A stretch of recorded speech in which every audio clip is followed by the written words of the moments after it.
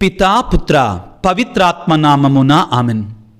క్రీస్తునాథుని యందు మిక్కిలి ప్రియ సహోదరి సహోదరులారా, ఈ తపస్కాల వాక్య పరిచర్యకి మిమ్మందరినీ ప్రేమతో ఆహ్వానిస్తున్నాను.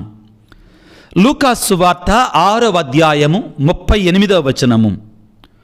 పరులకు మీరు వసగుడు, మీకును వసగబడును.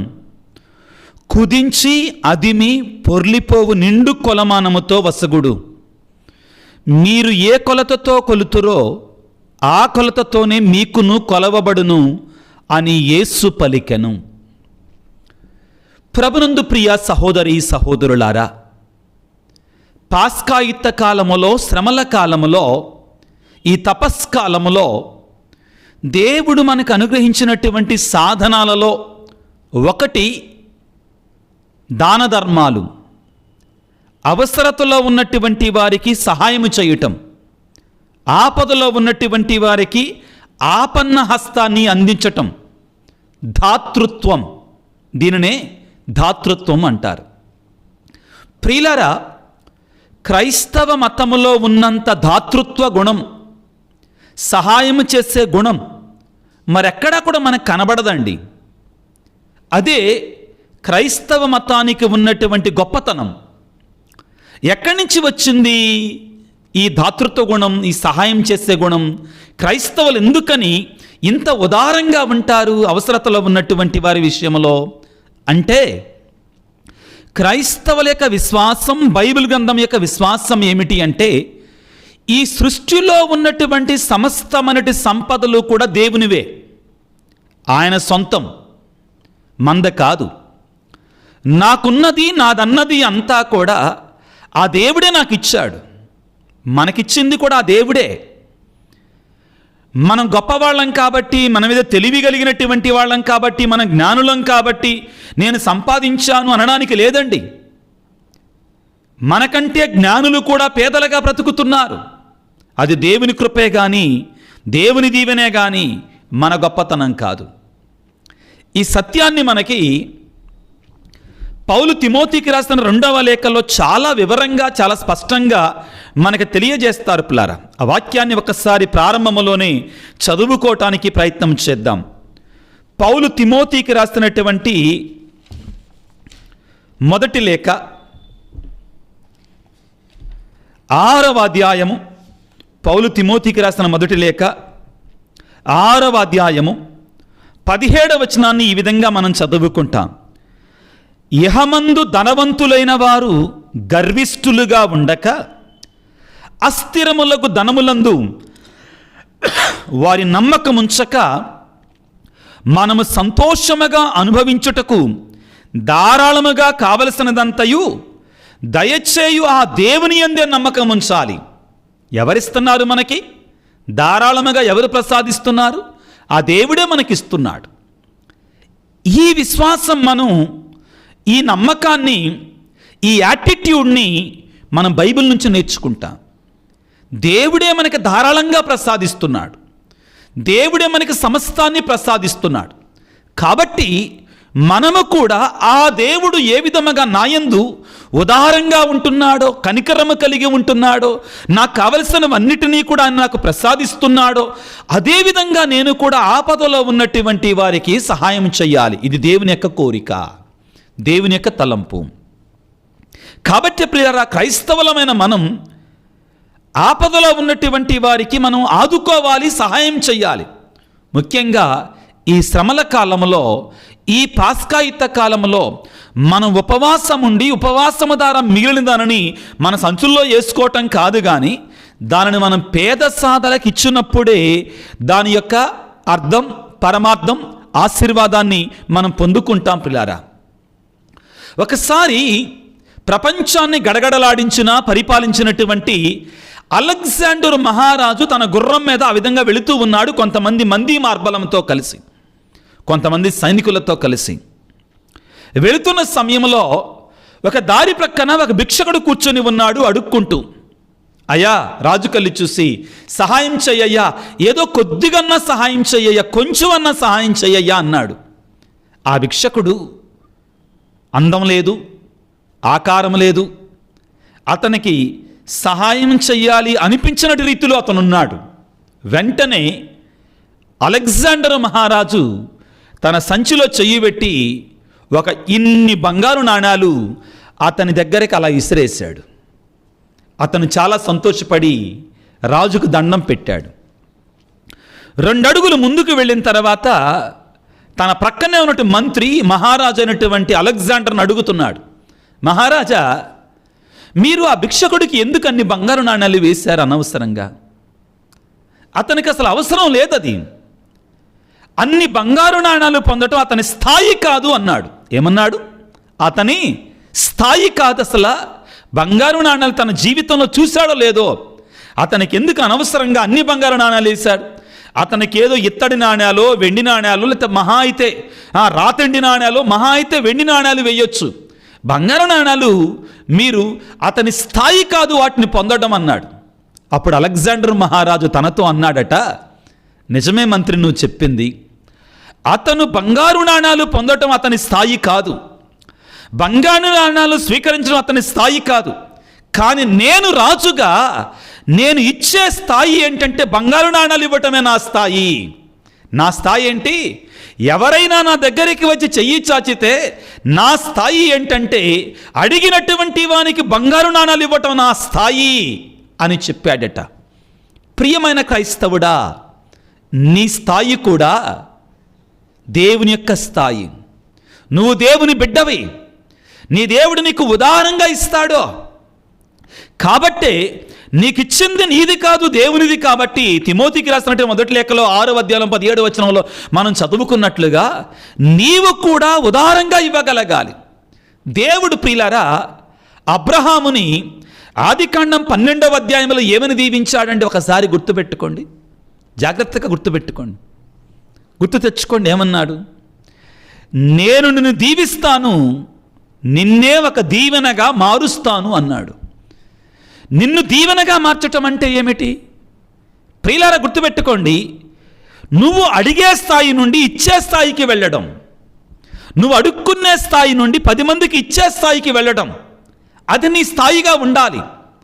ఇక్కడ ప్రియులారా ప్రారంభంలోనే మీకు అందరికీ ఒక మాట చెప్పాలి. ఏంటంటే, నా దగ్గర 10 రూపాయలు ఉన్నప్పుడు ఆ 10 రూపాయలలో 1 రూపాయి నేను అవసరంలో ఉన్నటువంటి వాడికి సహాయం చేసే గుణం నాకు లేకపోతే, నాకు 10 కోట్లు ఉన్నప్పుడు కూడా 10 పైసలు ఇవ్వనండి నేను. It speaks about my attitude, it speaks about my స్థాయి. నా స్థాయి గురించి మాట్లాడుతుంది, నా సంస్కారం గురించి మాట్లాడుతుంది. ఇచ్చే గుణం, ఇతరులకు సహాయం చేసే గుణం. కొంతమంది మనలో ఏమంటారంటే, నాకు ఉద్యోగం వచ్చిన తర్వాత ఆ ఉద్యోగం కూడా నెలకు 2 లక్షలు అయిన తర్వాత నేను సహాయం చేస్తా ఎవరికన్నా, ఇప్పుడు నేనేం చేయగలను అంటారండి. అట్లాంటి వాళ్ళు ఎప్పుడు చేయరండి. కొంతమంది తనకున్న దానిలోనే ఇస్తారు పిల్లలు, అది గొప్పతనం. యేసు ప్రభువు మత్తయి శుభవార్తలో పేద విధవరాలి యొక్క కానుకను గురించి మాట్లాడతారు, సువార్తలలో మాట్లాడతారు. ఆ పేద విధవరాలి యొక్క కానుకను యేసయ్య మెచ్చుకున్నాడు. ఎందుకని? ఆమె గొప్ప గొప్ప కానుకలు వేసింది కాబట్ట? కాదండి.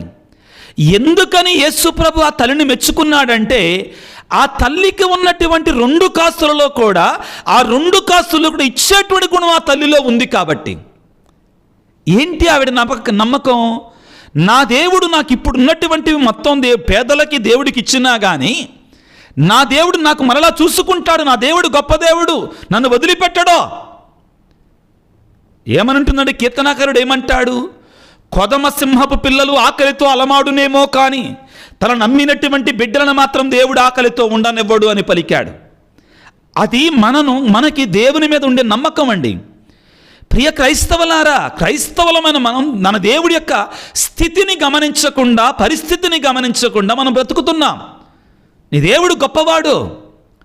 ప్రతిరోజు ప్రార్థన చేస్తామండి. ఏమని? దేవా, నానాటికి కావలసిన మా అన్నము మాకు నేటికి ఇవ్వండి ప్రార్థన చేస్తాం.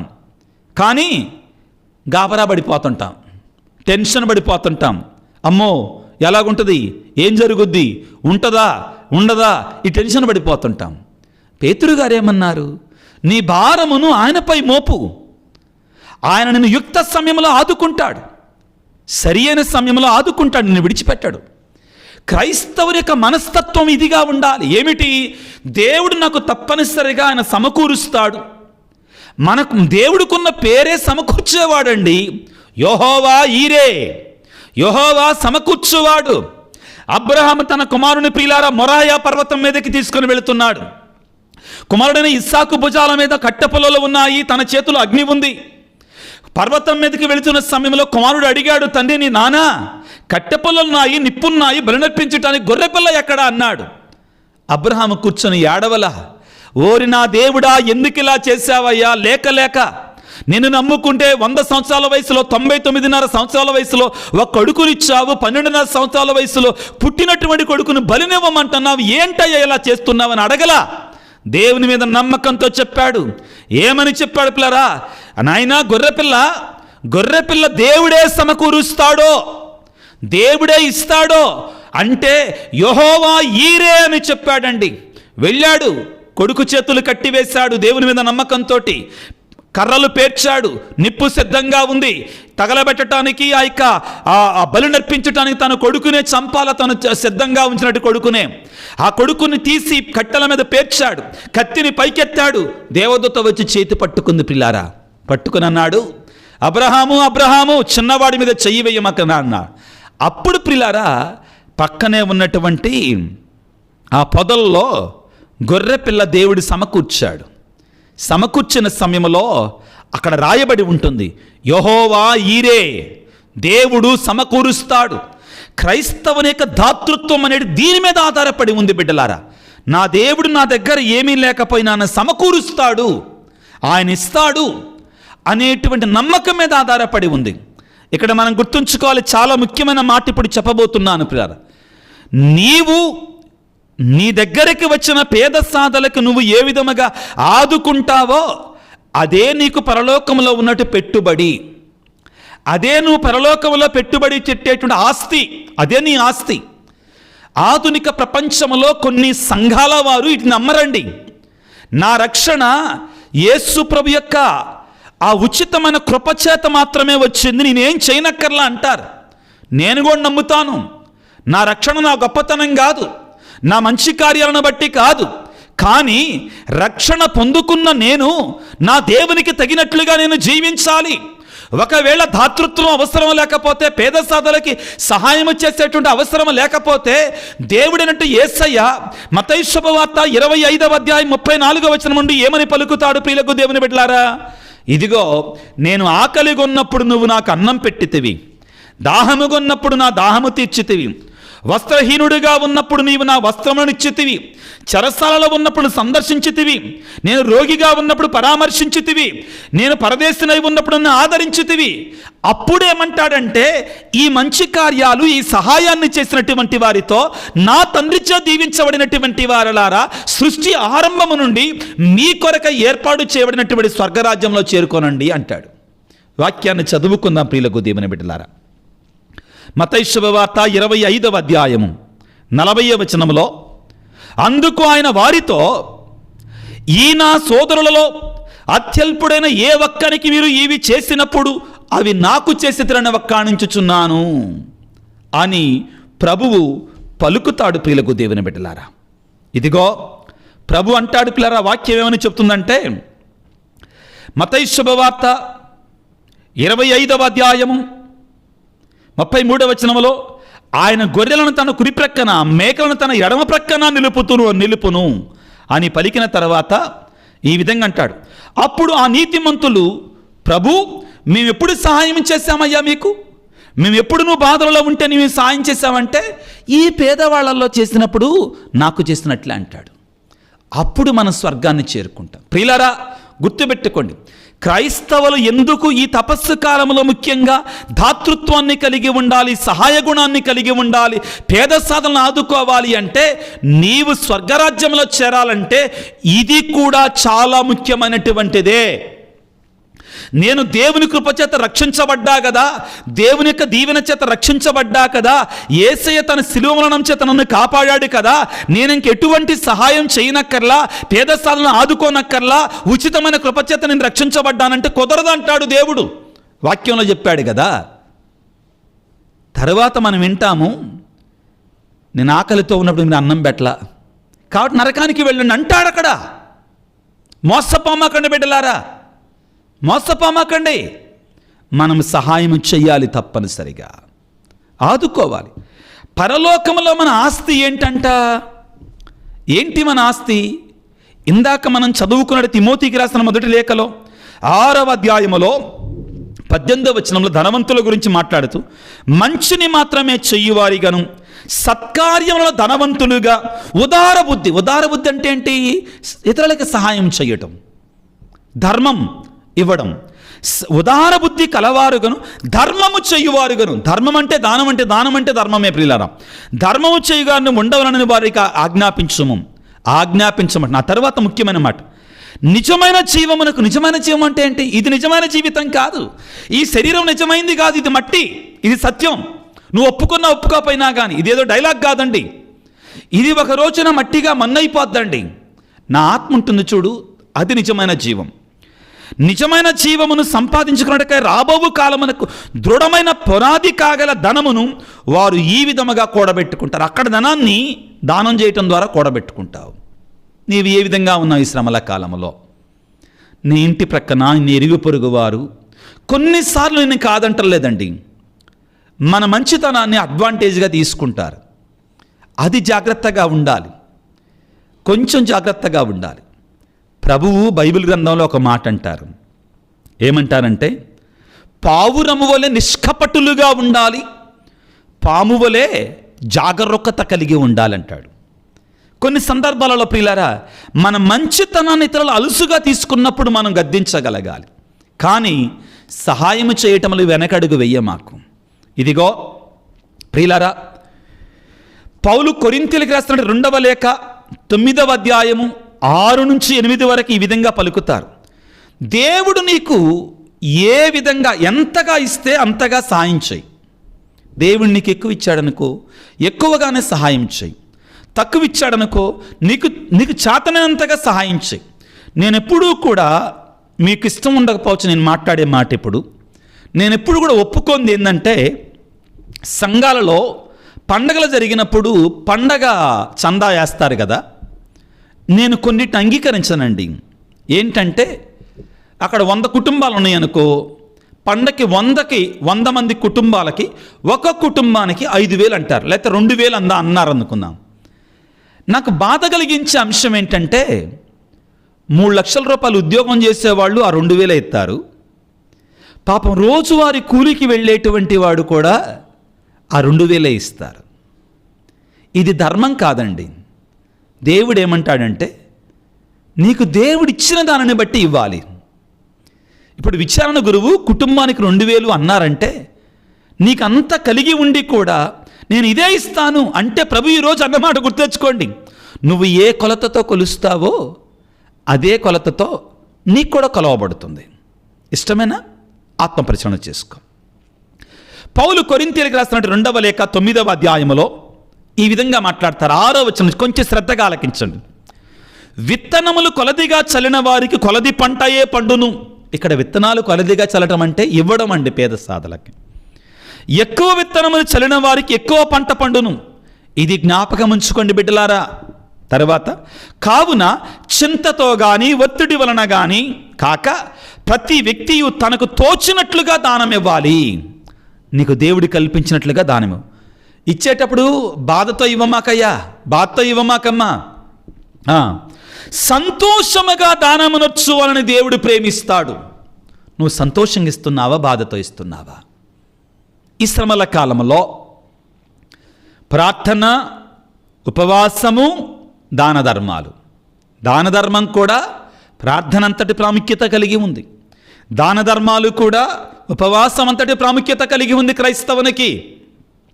నేను ప్రార్థన చేస్తున్నాగా దేవుడి దగ్గరికి వెళ్ళిన తర్వాత పిల్లికి భిక్షం పెట్టలేదనుకో, ఎంగిలి చేత్తో కాకిన అల్లించలేదనుకో, ప్రయోజనం శూన్యం.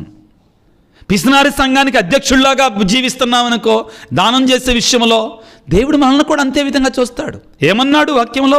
ఇదిగో నువ్వు విత్తనాలు కొలదిగా చలితే తక్కువగానే ఇస్తాడు.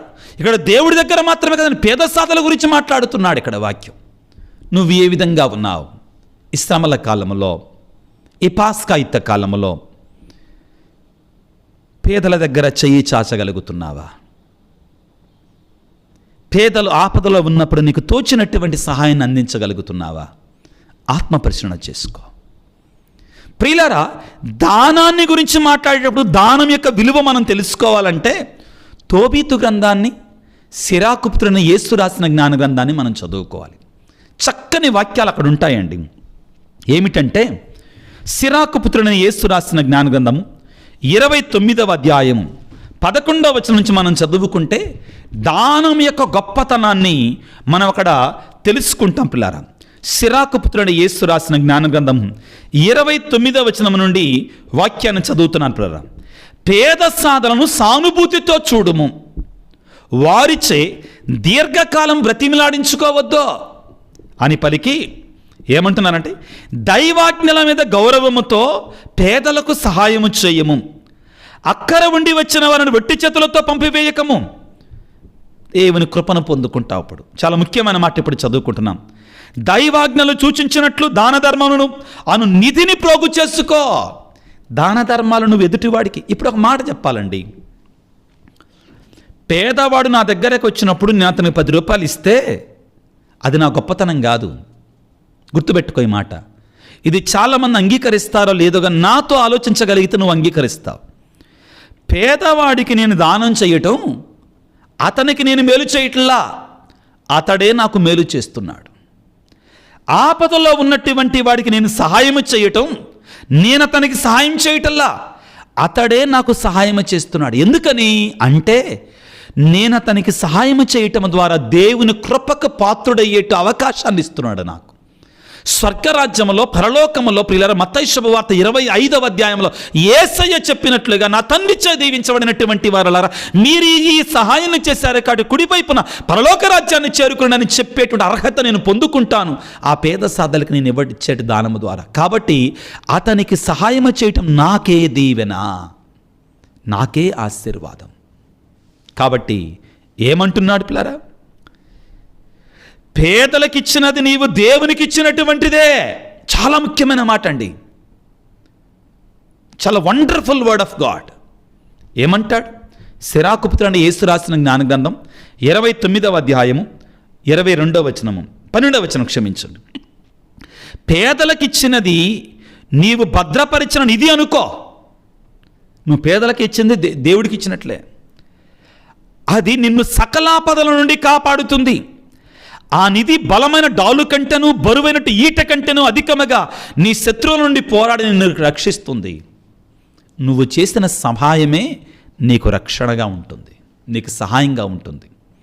ప్రియ దేవుని బిడ్డలారా, ఈనాడు ఈ పాస్కా యుద్ధ కాలంలో దాన ధర్మాల గురించి మనందరం ధ్యానిస్తూ ఉండగా ఆ దేవుని వేడుకుందాం. దేవా, నాకు ఆ మంచి మనస్సునివ్వయ్యా, నాకున్న దాంట్లో నాకు తోచినటువంటిది పేద సాధలకి సహాయము చేసే గుణాన్ని నాకు దయచే ప్రభువా. ఆ దేవుని వేడుకోవాలి. హెబ్రీ పత్రిక 13వ అధ్యాయము 1-2 వచనాలు చదువుకుంటే ఈ దాన ధర్మాల గురించి ఈ విధంగా రాయబడి ఉంటుంది. హెబ్రీ పత్రిక 13వ అధ్యాయం 1-2 వచనాలు. సహోదరీ సహోదరులారా, ఒకరిని ఒకరు సర్వదా ప్రేమించండి, పరాయి వారికి ఆతిథ్యం అసుగుటలో అశ్రద్ధ చెయ్యొద్దు. పరాయి వారికి సహాయం చేయటంలో ఆతిథ్యం, ఎవరైనా వచ్చినప్పుడు వాళ్ళని కొద్దిగా చోటు ఇవ్వడం, ఆతిథ్యాన్ని, హాస్పిటాలిటీ, అశ్రద్ధ చెయ్యొద్దు. దాని వలన కొందరు తమకు తెలియకయే దేవదూతలకు ఆతిథ్యాన్ని ఇచ్చారు. వినండి పిల్లలు, ఎవరిచ్చారు? వాళ్ళకి తెలియకుండా ఆతిథ్యాన్ని. ఆతిథ్యం అంటే ఎవరైనా మన ఇంటికి వచ్చారనుకో, వాళ్ళకు అన్నం పెట్టడం, ఒక నీళ్ళు ఇవ్వడం, కూర్చోబెట్టడం, దారిని వెళ్ళేటువంటి వాళ్ళకి ఎవరిచ్చారు అలా చెప్పండి? అబ్రహాము సింధూరపు వృక్షం కింద కూర్చొనింటే ఎండవేళ 3 బాటసారులు వచ్చారు. వాళ్ళు దేవుని మనుషులని ఆయనకు తెలియదో. ఆయన మంచితనంతో వాళ్ళని లప్పించాడు, లోపలికి వచ్చాడు, భోజనం వడ్డించాడు, భోజనం పెట్టాడు. ఏం జరిగిందండి అప్పుడు? నీ భార్య గొడ్రాలు కదా, నువ్వు ఇప్పుడు మాకు చేసినటువంటి ఈ యొక్క ఆతిథ్యానికి వచ్చే సంవత్సరం కల్లా నీ భార్య పండంటి బిడ్డలతో ఉంటుందని చెప్పారు. దీవెన చూడండి, మనకు తెలియకుండానే దేవునికే ఆతిథ్యాన్ని ఇస్తాం, దేవదూతలకే ఆతిథ్యాన్ని ఇస్తాం. గొప్ప దీవెన. ప్రియులరా, తలలు ఉంచి ప్రార్థన చేసుకుందాం. మనలో ఆ మంచి హృదయాన్ని, గొప్ప మనస్సుని మనకు దయచేయమని ఆ దేవాదేవుని వేడుకుందాం. సర్వశక్తిమంతుడా, సర్వోన్నతుడా, ప్రేమామయుడా, నీకు స్తోత్రాలు. ఈనాడు దాన ధర్మాల గురించి, ఇతరులకు సహాయం చేసే విషయాన్ని గురించి, ముఖ్యంగా ప్రభుగా పేదలను ఆపన్న హస్తాన్ని ఇచ్చేటి విషయం గురించి మాకు బోధించినందుకు మీకు స్తోత్రాలు. ఈ శ్రమల కాలంలో ప్రార్థన, ఉపవాసము, దాన ధర్మాలు యొక్క ప్రాధాన్యతని, ప్రాముఖ్యతని మాకు తెలియజేశావు. మీకు స్తోత్రాలు. మా జీవితంలో ప్రభుగా మాకున్న దానిలో కొంతైనా కానీ మాకు తోచిన మేము చేయగలిగినటువంటి సహాయాన్ని పేద సాధలకి, ముఖ్యంగా అదేవిధంగా నీ సన్నిధిలో కూడా మేము ఇవ్వగలిగింది ఇచ్చేటట్లుగా మమ్మల్ని దీవించండి. దేవా, నువ్వు ఈ రోజున మాకు తెలియజేస్తున్నావు, పేదలకు ఇచ్చినటువంటిది దేవునికి అప్పించినట్లే అది 7 రెట్లు అధికముగా చేస్తాడని జ్ఞానగ్రంథకర్త మాకు సెలవిస్తున్నాడు. అధికముగా చేసి మాకు తిరిగిస్తావని మీకు స్తోత్రాలయ్యా, మీకు వందనాలు ప్రభుగా. ఈనాడు ప్రత్యేకంగా ప్రభుగా ఈ వాక్య పరిచర్యలో పాల్గొంటున్నటువంటి నీ బిడ్డలందరినీ దీవించండి, ఆశీర్వదించండి. ప్రత్యేకమైన రీతిలో నీ పరిశుద్ధ ఆత్మశక్తితో మమ్మల్ని నింపండి నాయన.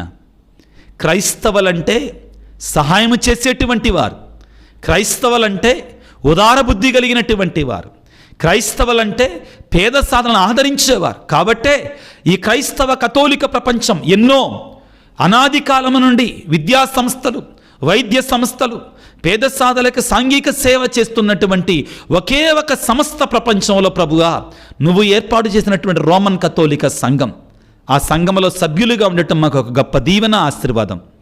ఈనాడు ప్రభుగా మేము కూడా అటువంటి బాటలో నడిచేటువంటి వారముగా మమ్ము దీవించండి నా ప్రభుగా. ప్రత్యేకమైన రీతిలో ఈ వాక్య పరిచయలో పాల్గొంటున్న నీ బిడ్డలను దీవించండి. అనారోగ్యముతో బాధపడుతున్న, వ్యాధులతో బాధపడుతున్న బిడ్డలని నీ గాయపడిన హస్తాలతో తాకండి, నీ పరిశుద్ధ రక్తముతో కడిగి వేయండి. ముఖ్యంగా ప్రభుగా కుటుంబాలలో శాంతిని, సమాధానం దయచేయండి. ఈ తపస్సు కాలంలో తండ్రి ఎంతోమంది బిడ్డలు యేసయ్యా, ఇదిగో నిన్ను పోలి జీవించాలని, నీ వలే ఉండాలని దీక్ష తీసుకోకుండా ఎంతోమంది, కొంతమంది దీక్షను స్వీకరించి ఉపవాసం ఉంటున్నారయ్యా, ఎంతోమంది పవిత్రంగా మారడానికి ప్రయాసపడుతున్నారు. ఆ బిడ్డలందరినీ దీవించండి ప్రభుగా. సాతానుకు వారి మీద ఎటువంటి అధికారం లేకుండా చేయండి ప్రభుగా. నీ ఆత్మాభిషేకాన్ని మాకు దయచేయండి ప్రభువా. ఎంతోమంది బిడ్డలు పరీక్షలు రాసే సమయం తండ్రి, ఆ బిడ్డలందరినీ మంచి జ్ఞానంతో నింపండి. పరీక్షలు రాసే యువకులందరూ, చిన్నారు బిడ్డలందరినీ కూడా మంచి తెలివితో నింపండి, చక్కని జ్ఞానంతో నింపండి, జ్ఞాపక శక్తితో నింపండి. పరీక్షలు రాసేటప్పుడు చక్కని ఆరోగ్యంతో నింపి దీవించండి ప్రభువా యేసయ్యా.